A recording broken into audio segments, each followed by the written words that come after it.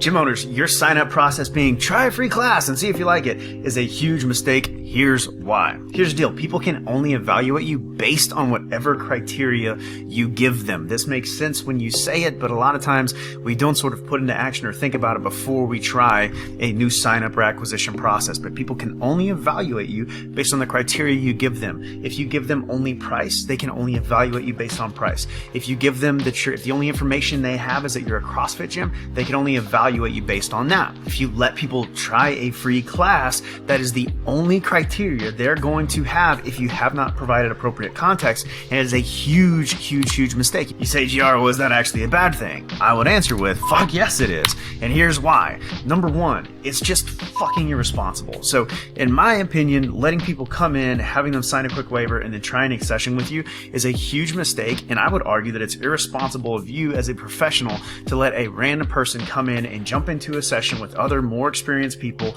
with no context as to what your type of fitness is, etc., etc., etc. I would argue that it is deeply irresponsible. I think it's bad for the prospect. It also opens you up to additional liability. If you have not sat down with that person, discussed their history, discussed their goals, etc., etc., etc., number one, we're not painting an inappropriate value picture, which we'll talk about here in a second. But number two, you've got a chance of just making somebody do something that is deeply inappropriate for them. Realistically, that should be a big enough reason to not lead with the free class as your acquisition model.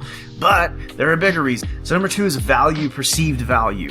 The value of joining a gym is inherently lower than whatever somebody's big why actually is. Again, you can join a gym. Joining a gym is a very small, cheap problem, inexpensive problem to fix. You can go to Planet Fitness or whatever Globo gym there is in your town and join a gym for whatever, $10, $20, $30 a month. Joining a gym is not a big problem. They can almost certainly, I hope, they can solve that problem cheaper than they will by joining your facility and signing up for a coaching program that you're running. So if the problem you're solving is, oh, I need to do some fitness classes, they can just do it elsewhere and do it cheaper. But if you are helping someone be more confident, finally hit their goals, stop the dieting hamster wheel, finally like what they see in the mirror, maybe partake in additional horizontal recreation, guess what? There's a heck of a lot more value than just joining a gym or doing some classes without context, without actually sitting down and connecting those dots with that person and knowing what the person aside from you wants. Yes, knowing what their injury history is, knowing if your session, your class is actually appropriate for them to do. Without connecting those dots, there's no way to actually communicate that your situation, your solution is more valuable than just joining a class. People can go do a crappy class. They can sign up at whatever Globo gym there is and do a crappy 50 people to a session, nobody knows your name session, where there's a crappy trainer up front that's a clipboard holding idiot whose only certification was some weekend thing that only tested whether or not their credit card was valid. Like, terrible fitness, terrible coaching, no customization. They can go solve that problem and sign up for classes somewhere else. And if you don't connect the dots as to why you're different, and hint, you doing a little bit more coaching or having a little bit smaller group does not communicate the value, you not connected the dots of where they are, where they're trying to go, what they actually want, and whether or not your business, your solution is the ideal solution, the ideal vehicle to get them from where they are to where they want to go. Frankly, you're just losing out on sales you shouldn't be losing. You're losing out on coaching clients and impact that you shouldn't be losing, and that sucks. Number three, let's say you're really lucky and they connect those value dots for themselves. They already come in thinking, they're not thinking, oh, I need to join a class, I need to join a gym. They're thinking, man, like, I hate the way I look, They're connecting to all those different value builders, pain, gain, speed, and ease. They're connecting all those dots in their head already. They come in, they say, I know the value, I know I need something. This isn't just signing up for a class. Even if you get lucky and they do that for you, they are basing their evaluation of you on whatever their skewed idea of ideal fitness is. What this means is that even if your version of fitness is better for the prospect, right?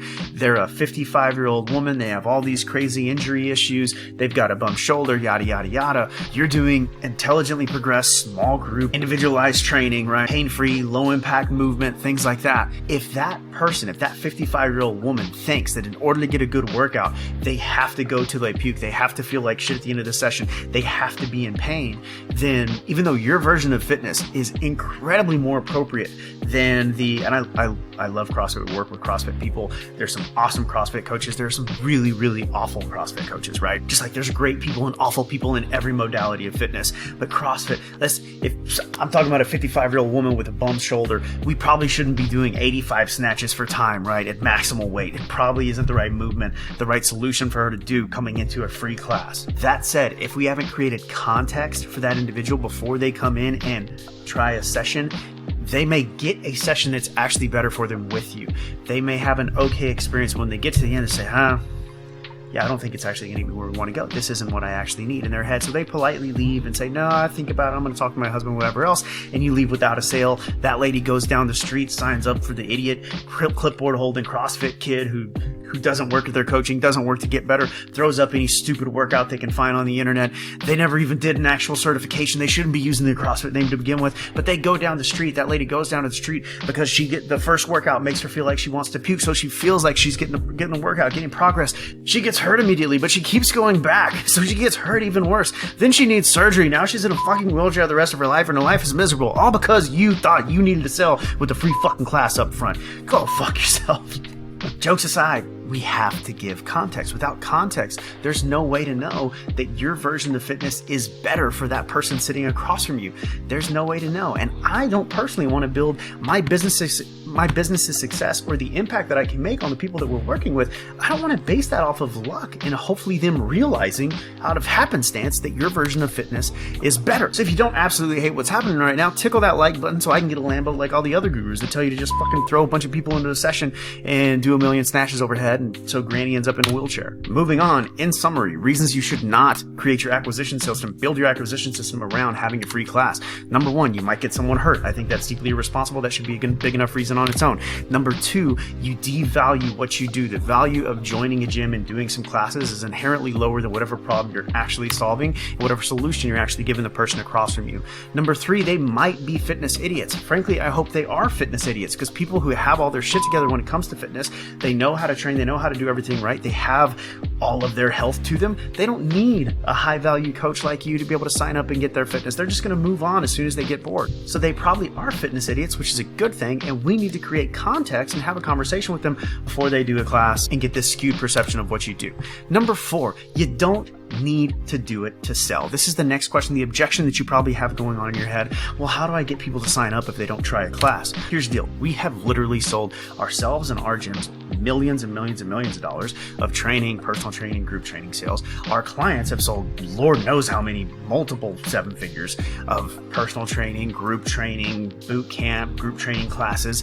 Guess what? None of them let people try a class beforehand either. People don't have to try a session to end up signing up for your thing. And if you say, well, what do I do instead? Or how do I make sure that they feel comfortable moving forward or whatever else? I got you. I'm going to hit you here in the next couple slides. So, summary real quick. If you are a service-driven facility that wins based on coaching, quality, accountability, actually helping the people that you're called to serve, you're setting yourself up to fail for no reason, right? By doing this, try a class free and then see if you like it model. And it doesn't help you sell more memberships. In fact, I'd argue that it hurts you when it comes to selling your memberships. It is essentially the worst of all worlds if you don't include like the fake free BS. That's another video. I'm just trying to trigger you guys. Outside of selling fake free, it's one of the worst things you can do in terms of your acquisition. But let's move forward. Here's what to do instead.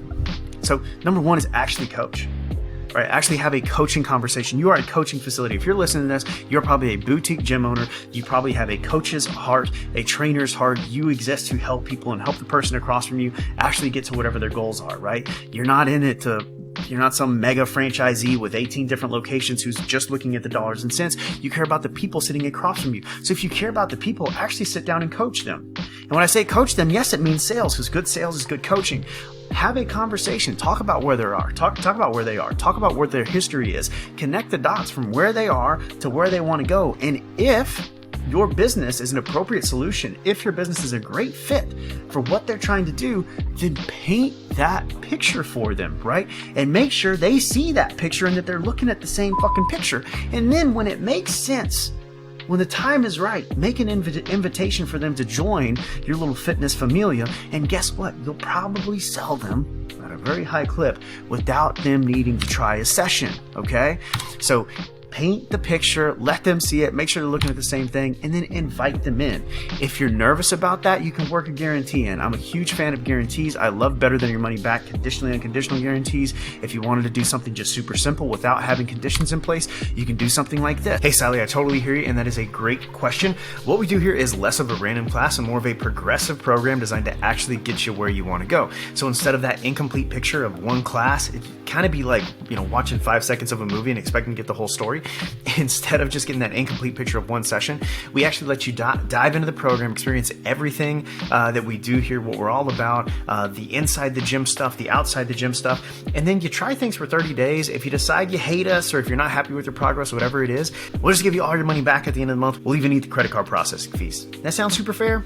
So then guess what? Odds are pretty good if she's not just stalling you and she actually doesn't hate you, she doesn't think you just smell bad or whatever else, she doesn't think you're a weirdo, she's just going to sign up. And when she signs up, guess what? She gets to show up for some sessions. She decides, you start to educate her on what good fitness actually looks like, what good training looks like, which is hopefully your type of training. She starts to show up, she gets progress, she gets results. She doesn't do the 85 max effort snatches for time where she ends up in a wheelchair, but she shows up, she loves you. So she ends up bringing her friends in. Her friends bring their friends in. You become the world's first gym-owning trillionaire. Meanwhile, grandma's getting incredible results and lives to be 150 because of your gym and your training. It's an amazing, amazing thing. All that happened because you decided to stop doing the stupid freaking mistake of making your entire acquisition system based on trying a free class. That's all we got for this video. See you in the next one. Love, hugs, all that shit. Talk soon.